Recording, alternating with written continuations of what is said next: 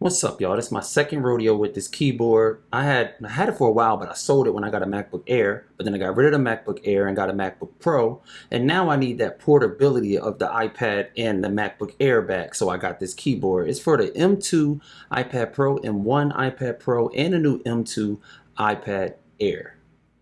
Now I really wanted to get the new Magic keyboard because of the function row, and I didn't want to buy an iPad Pro M4 just because I wanted that Magic keyboard. So it took a while of going back and forth, going to Best Buy, checking out the new iPad Pro before I was just like, you know what, I'm gonna just get this keyboard again, and that's what I did. I'm glad I did that because I saved myself about $1,000 by going this route.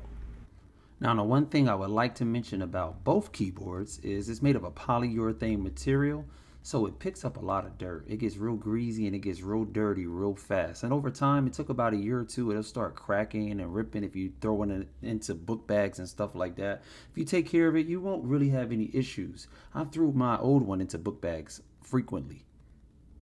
My favorite thing about this keyboard that no other keyboard really on the market offers is you just throw your iPad on it and it works. You don't have to charge it or anything. It runs off your iPad's battery. I love that. I love the gestures that you got on the trackpad, just like the MacBook. The keyboard is backlit. You can run it off your True Tone, and you can also adjust the keyboard within the control center. I really just like how it looks. I like how easy you can just fold it up and go.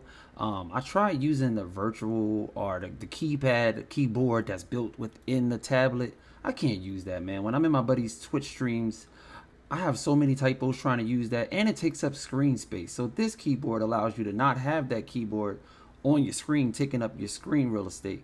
But that's it, y'all. I just want to do a review from someone who spent years with this keyboard before and I bought it a second time. It's definitely worth the purchase if you're on the ropes about it. I'm out.